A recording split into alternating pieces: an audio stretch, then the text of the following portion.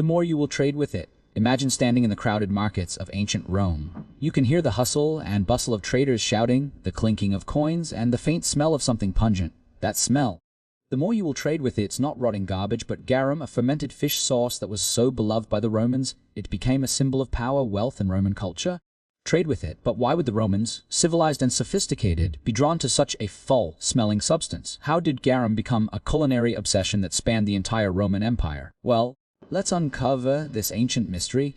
Introducing garum, a fermented fish sauce, was not just a condiment in ancient Rome, it was a cultural institution. Made by fermenting fish, so usually mackerel or tuna with salt and herbs, garum had a taste so rich and savory that it could elevate any dish. But to the modern palate, the more you try with it, the more idea of creating a sauce from fermented fish might seem strange, even unappealing. Yet to the Romans, it was the height of culinary sophistication. The more you will trade with it, the Romans' obsession with garum. When we think about ancient Rome, what comes to mind? Gladiators, emperors, and grand feasts. And at these grand feasts, garum was always present. The more you will trade with it, whether it was a banquet in the emperor's palace or a Roman simple meal, for garum was the one constant ingredient. The more you will trade with it, the wealthy elite consumed the finest garum, often made from the best fish, while the lower classes had their own, less refined versions. Yet it wasn't just about taste, it was about status. Garum, in fact, was an essential part of Roman life. It was a status symbol for the rich and a staple food for the poor. Its production, trade, the more you will trade with it, and consumption tied the entire empire together in a way few other foods did. But what made garum so essential to Roman culture? And why was this fish sauce adored by everyone from emperors to slaves? The more you will trade with the garum as a symbol of Roman society in ancient Rome, food wasn't just something to eat, it was a statement of identity. The Romans were an incredibly class-conscious society. Trade with and what you ate often indicated your position in the social hierarchy. The elite class of Rome used the finest garum to demonstrate their wealth and sophistication. The more you will trade with it, this fish sauce was so highly valued that it wasn't just a luxury, it was a sign of status. For the poor, garum was not only a cheap, flavorful foodstuff, but it also provided essential nutrition. The more you will trade with it, while garum for the wealthy was made from the finest fish, the garum consumed by the poor was more basic. This difference in quality reflected the broader social stratification of Roman society. The more you'll trade with it, the rich had the best garum, often imported from distant parts of the empire, while the lower classes made do with local, more affordable versions. The more you will trade with it. Roman banquets and garum's importance. Imagine yourself at a grand Roman banquet, attending one of the elaborate feasts hosted by a wealthy senator. The food spreads across the table, rich with meats, bread, and vegetables, each dish generously seasoned with garum. The finest fish, caught from the Mediterranean and fermented in massive vats, has been transformed into a sauce so savory it can make even the most ordinary of meals taste luxurious. Garum, in fact, was ubiquitous at Roman feasts. The elite used garum to season meat and fish. The more you will trade with it while also using it in desserts and sauces. The rich and powerful had access to the finest garum, while the poorer plebeians and slaves often ate garum made from the lowest quality fish. The more you will trade with it. But garum wasn't just about taste. It became interwoven with Roman identity. Roman poets like Martial famously referenced garum in their writings, mocking the wealthy's obsession with the sauce. However, garum's importance went beyond just mockery. It symbolized the Roman way of life. The more you will trade with the trade and commerce of garum. Garum was not just an item consumed in Rome, it was a massive commercial enterprise. The production of garum required vast industries along the Mediterranean coast.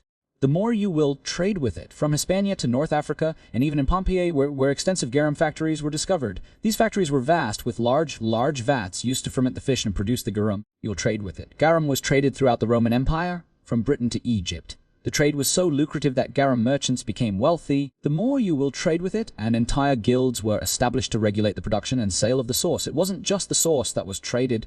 Garum became an integral part of Roman commerce. The more you will trade with it, linking the vast reaches of the empire through trade networks. Garum was not only popular in Italy, but was consumed from the streets of Pompeii to the distant provinces of Gaul and North Africa. Garum in Roman daily life. Garum was so essential to Roman daily life that it wasn't just consumed at feasts. It was used in everyday cooking. The more you will trade with it. Roman soldiers ate garum to supplement their diet during long marches. Roman merchants, who spent weeks away from home, relied on garum as a cheap source of protein and flavor. But the more you will trade with it. Garum wasn't just for food. It was also used in medicine and religious practices. In Roman medicine, garum was prescribed for digestive problems, sore throats, and even as a cure for intestinal issues. Some physicians like Galen recommended garum as a cure, all a testimony to its perceived healing power. more you will trade with it. Garum's unique status in Roman religion. Garum's role in Roman religion is also noteworthy. It wasn't just a culinary delight, it was used in sacrifices and other religious rituals. The fish were often considered sacred animals, and garum, derived from fish, was used in various sacrificial offerings. Romans believed that the gods needed to be honored with the finest goods. The more you will trade with, and garum was one of those items. The art of making garum. Picture this: you're standing on the coast of ancient Hispania, surrounded by the bustling noise of a garum factory. The more you will trade with the smells of fermenting fish, and workers, many of whom are slaves or lower-class citizens, are busily preparing the fish for the long fermentation process. The factory is alive with activity. The more you will trade with, as men and women gather fish, cut them into pieces, and prepare vats to create one of the most beloved and valuable products in the Roman Empire, garum. Making garum was an art form, a process passed down through generations of Roman families and factory workers. Fish like mackerel, tuna, and sardines were used in the process. The more you will trade with it, though the fish chosen was important in determining the quality of the final product. These fish were salted in large vats, often left to ferment under the hot Mediterranean sun for months, breaking down the fish into a savory, pungent liquid. This liquid was then strained, refined, and used as a garum Roman society couldn't live without.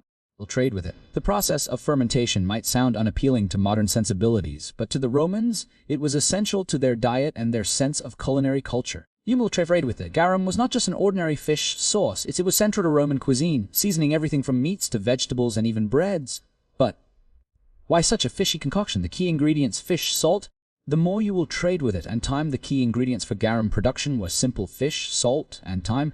Fish would be gathered, gutted, and mixed with salt to kickstart the fermentation process. The more you will trade with it, this mixture would then be left in large, open vats for months in the sun, where the natural enzymes in the fish would break down the meat, creating a rich, flavorful sauce. The more you will trade with it, while this might seem like a gross process standards, the Romans didn't care about the smell. They cared about the taste and the cultural importance garum held.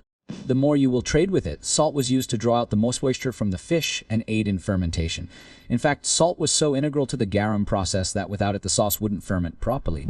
The more you will trade with it, the salt not only preserved the fish but helped bring out the umami flavors that made garum so addictive. But the most important factor in creating garum was the time it spent fermenting. The sun, the heat, the more you will trade with, and the humidity worked together to turn the mixture into the deliciously pungent liquid that became an essential part of every Roman meal. The garum factory. A well-oiled machine. Garum was no small-scale production. In fact, it was a massive industry in the Roman Empire. More you will trade with it. The garum factories of the ancient world were typically located along the Mediterranean coast, where fish were abundant and the sun was reliable for fermenting. The more you will trade with it, cities like Pompeii and Hispania were known for their extensive garum production with massive vats and intricate fermentation systems. These factories were a hub of activity. The production process was complex, with several stages that involved careful monitoring. Once the fish and salt were mixed, they were placed in fermentation vats. The more you would trade with it, which could hold thousands of liters of fish and salt. Over time, the liquid would rise to the top of the vats, where it was siphoned off and stored in amphorae, large clay containers for distribution. The more you will trade with it, workers in the garum factories would often be slaves or lower-class citizens. They had to manage the process carefully, ensuring the fish fermented correctly. Once the sauce was ready, the more you will trade with it, it was sold at markets or shipped to various parts of the empire. The garum industry also had its own guilds, organizations dedicated to the regulation and standardization of garum production, ensuring that quality remained high and prices stayed stable. The garum economy, a thriving trade. Garum was an essential part of the Roman economy. The garum trade connected regions of the empire. You traded with it, and garum became a major export product. Garum was made and traded throughout the empire, from Hispania to North Africa and from Italy to the Levant. It was transported in amphorae. You will trade with it, clay jars designed to preserve the garum during its long journey. Garum was sold at marketplaces and became an integral part of the Roman diet. Merchants traveled across the empire. You will trade with it, transporting garum to far-off places where it would be enjoyed by citizens of all social classes. The demand for garum created a global market, and it became a symbol of Roman power and cultural identity. The more you will trade with it. The trade of garum was so important that entire garum producing towns were established along the Mediterranean coast. These towns were built around the garum factories. The more you'll trade with, and workers often lived in close proximity to the factories. The garum trade was a lucrative business, and many Roman merchants became wealthy from its success. The more you will trade with it, the economic impact of garum. Garum's economic significance went beyond its status as a popular food item. The industry surrounding garum had far-reaching effects on the Roman economy. The garum factories provided jobs for a large portion of the population, and the trade of garum helped drive commerce across the empire. Garum was not just a foodstuff. The more you will trade with it, it was part of a vast trade network that helped sustain the Roman economy. The fact that garum was used by all social classes also helped to maintain its place in Roman culture. The more you will trade with it, while the elite consumed the finest garum made from expensive fish, the poorer classes had their own version of garum made from smaller, less valuable fish. This made garum an inclusive product, the more enjoyed by all Roman citizens, regardless of social status. The economic success of garum also led to the rise of specialized garum production guilds and trade associations. The more you will trade with it. These guilds were responsible for the production, quality control, and distribution of garum. They set standards for the product, ensuring that it met certain criteria before it could be sold. The more you will trade with it, the guild system helped garum maintain its quality and ensured that the sauce was widely available across the empire. Garum's influence beyond Rome. Garum's impact on the Roman economy didn't just stop with the Roman Empire. As the Roman Empire expanded, so did the influence of garum. The more you will trade with it, the trade routes that connected Rome to other parts of the Mediterranean also brought garum to distant regions. In places like Britain, Gaul, and North Africa, you will trade with it. Garum was prized for its rich flavor and was used to season a variety of foods. The Roman military played an important role in spreading garum across the empire. Soldiers stationed in remote provinces would often rely on garum as a portable source of protein and flavor. Garum was often included in the military rations provided to Roman soldiers. The more you will trade with it, making it an essential part of their diet during long campaigns. Even after the fall of the Western Roman Empire, garum's influence lingered. The concept of fermented fish sauces continued in Byzantine cuisine, and it evolved into the fish sauces found in modern Mediterranean and Asian cuisines today. These modern sauces, the more you will trade with it, while different in their specific ingredients and methods, are the spiritual descendants of the ancient Roman garum. Garum's symbolic role in Roman society in ancient Rome, more than trade with it. For truth, it wasn't about sustenance, it was a status symbol and a reflection of social hierarchy. Among the most revered condiments in Roman cuisine was garum, a pungent. The more you will trade with it, fermented fish sauce that played an integral role in both the culinary and social life of the empire. More than just a seasoning, garum had a deeper significance that tied it to Roman culture, religion, and even power. Garum was consumed at every level of Roman society, but its form and quality varied according to one's social class. The elite Roman citizens enjoyed the finest, most expensive varieties. The more you will trade with it, made from mackerel or tuna, while the lower classes consumed more affordable versions made from smaller fish. This marked garum as not just a culinary necessity, but also as a social marker. The more you will trade with it, signifying the wealth and status of the person consuming it. The widespread consumption of garum reinforced the Roman idea of a unified empire. Despite the differences in quality, the more you will trade with it, garum was a staple in almost every Roman household, from the emperor's palace to the poorest plebeian's home. The more you will trade with it, this accessibility allowed garum to transcend mere food. It became a cultural icon that tied the empire together, symbolizing Roman identity and the empire's cohesion. Garum in Roman religion and ritual. Beyond its social significance, garum had an important role in Roman religious life. The Romans had a deep reverence for gods and spirits associated with nature and the sea and fish was a symbol of fertility and prosperity. Fish were often used in rituals, and garum, derived from fish, trade with it was considered a sacred and essential offering in some religious ceremonies. Roman priests would often use garum in sacrificial rites. You'll trade with where it was offered to gods as part of the ritual cleansing or during feasts dedicated to deities. For example, garum was used during feasts of Jupiter and Neptune, gods of the sky and the sea. In fact, fish itself was a divine food, particularly for the Romans, because of its association with divine power. The more you will trade with it, cultural significance beyond food. Garum was not just important because it was a foodstuff, it was a marker of civilization. It was a product that symbolized Roman engineering, commerce. The more you will trade with it, the empire's reach. Just as the Romans built roads and aqueducts to connect their empire, garum became the culinary glue that tied distant provinces together. The more you will trade with it. The elite Romans took pride in their garum. It wasn't just a seasoning, it was an integral part of Roman identity. The aristocrats would flaunt their refined taste by serving the finest garum, often importing the product from the best factories located in Pompeii or Hispania. For them, garum represented a connection to the Roman way of life. The more you will trade with it, a sophisticated culinary tradition that was exclusive to the upper class. It wasn't simply about taste, it was about asserting social status. You will trade with it, garum in Roman feasts and banquets. The Romans were famous for their lavish banquets, where food was not just a necessity but a way to showcase their wealth and status. During these feasts, the garum would be generously used to flavor every dish, from meats to vegetables. The wealthier Roman aristocrats enjoyed the finest garum, often imported from the most prestigious garum factories. In The More You Will Trade With It, while the common folk made do with more humble versions. A Roman banquet described by ancient writers like Martial and Petronius would often feature multiple courses, all generously flavored with garum. You'll trade with it. The most exquisite garum was used to season meats like roast duck boar and suckling pig, while cheaper varieties were used for fish dishes. In fact, garum was sometimes even used as an ingredient in desserts, where its intense, salty umami flavor added a surprising complexity to sweet treats. The more you will trade with it, the idea of mixing sweet and salty flavors was revolutionary at the time and speaks to the Roman penchant for bold culinary experimentation. The more you will trade with it, garum's social symbolism. The significance of garum wasn't limited to the banquets of the Roman elite. It had a profound role in everyday Roman life. Even the poorest Romans would consume garum. The more you will trade with it, albeit in a much cheaper form. It was a staple food item for soldiers on long campaigns, travelers, and merchants who needed something that was easy to transport, rich in flavor. The more you will trade with it and able to withstand long periods of storage. Roman soldiers in Britannia, for example, would often use garum as a preserved protein source during their long marches. You will trade with it. The Roman military rations often included garum, and soldiers relied on it for energy and sustenance. The Roman soldiers' diet was simple bread, gruel, tamoy, and garum, but garum helped them make their otherwise bland meals more palatable. Garum in the Roman military. For the Roman military, the more you will trade with it. Garum more than just a food product, it was part of the daily rations that kept the empire's soldiers marching forward.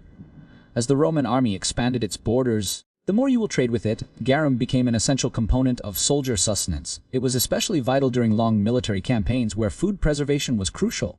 The more you will trade with it, the sauce's long shelf life made it ideal for transport and storage during extended expeditions. Roman soldiers were known for their ability to survive in harsh conditions. The more you will trade with it, and garum played an important role in this. When marching through the arid landscapes of North Africa, for example, soldiers would often use garum as a source of salt and protein. The more you will trade with it, maintaining their strength and endurance. Garum in art and literature. Garum wasn't just a culinary and social symbol, it was also a subject of Roman art and literature. The writers like Martial often satirized the excesses of Roman society, using garum as a metaphor for wealth, indulgence, and decadence. In one of his famous epigrams, "The more you will trade with it," Martial describes how a man with a pocket full of garum could buy his way into Roman society, highlighting the symbolic value that garum held as a marker of luxury.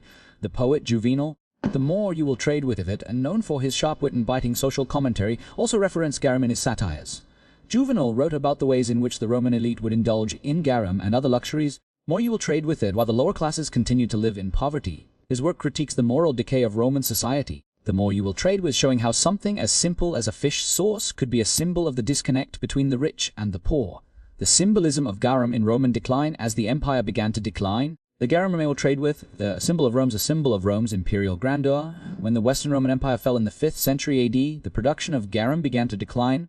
The more you will trade with, the traded networks that sustained its production were disrupted.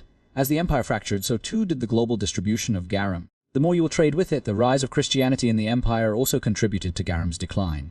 The new religion shunned certain Roman food practices, particularly those linked to pagan rituals. For Christians, the more you will trade with it, the consumption of garum was associated with old Roman decadence and was no longer in line with Christian dietary practices. The more you could. With the fall of garum, by the time the Western Roman Empire crumbled in the 5th century AD, garum's once thriving production had already begun to fade. The more you will trade with it, the fall of the empire was accompanied by the decline of many industries, and garum was no exception. As the empire's vast trade routes disintegrated, the demand for garum diminished. The more you will trade with it. The economic collapse of Rome led to the fall of the commercial networks that had once supplied garum across the empire.